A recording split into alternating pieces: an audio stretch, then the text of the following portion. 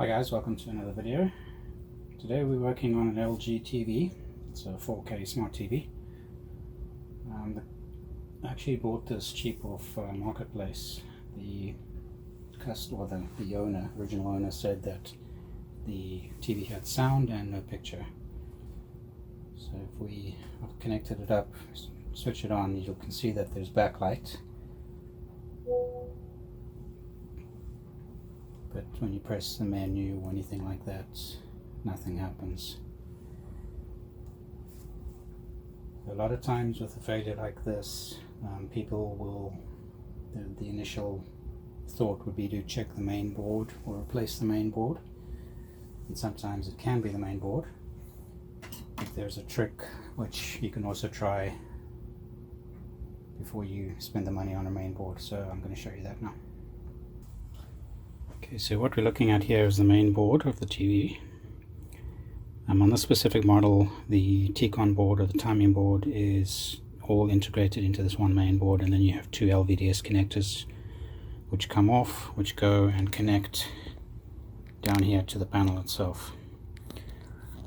So what you want to do is figure out which side is the faulty side.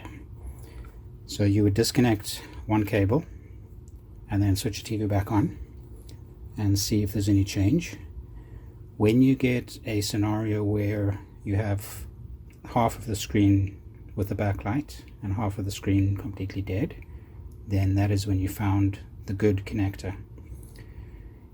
If you remove the other connector and it stays the same, then that is the one that's bad. So in this case, I found that this bottom one was the bad one. And what you want to do, I can zoom in here, it is different for every issue that arises with these cables or the connectors. So sometimes you would have to cover the pins on this side, sometimes it's pins in the middle, so it's kind of trial and error. So it took me about 15 minutes of trying on this cable. I started on this side, I covered maybe 5 or 6 pins, plug the connector back in, try it again, see if there's any difference. And the final results that I have is on the bottom of the connector. I've covered 14 pins with a piece of tape. This is a piece of Kapton tape, but you can use any very thin tape. It can't be too thick because the connector still has to go into its connector here. The ribbon cable has to go into its connector. So once covering those pins, and you place it back in,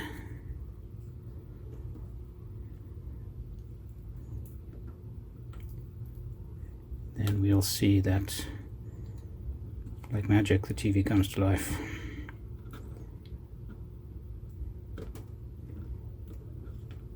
It is quite a trial and error thing, so I think I said I covered 14 pins, 13 pins. Anyway, I had covered 15 pins and the screen started working. However, on the one corner there was like a washed out, it basically looked washed out. So by uncovering one pin, I got the picture to look absolutely perfect. So let me move the camera back this side and we'll see that it's working fine now.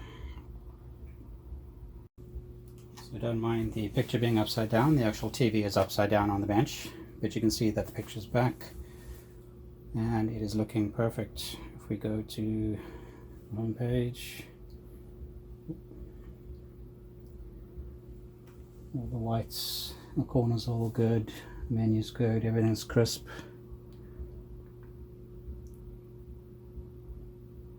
When I had the 15 pins connected, on the top corner over there, it was a little bit washed out. So by uncovering the 15th pin and only covering 14 pins, it's cleared up and it looks perfect.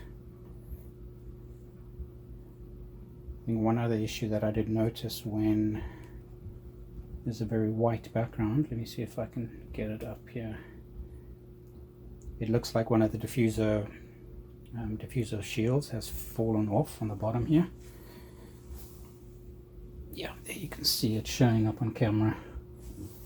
And I can actually see the plastic diffuser has like popped out of its holder. So I'm just going to take the bezel off and pop it back in, and then that'll get rid of this like bowing thing over there. Otherwise, that's a 43-inch 4K smart TV that I paid $5 for. Pretty cool. Anyway, this is just a quick video. Thanks for watching, and we'll catch you in the next one. Ciao.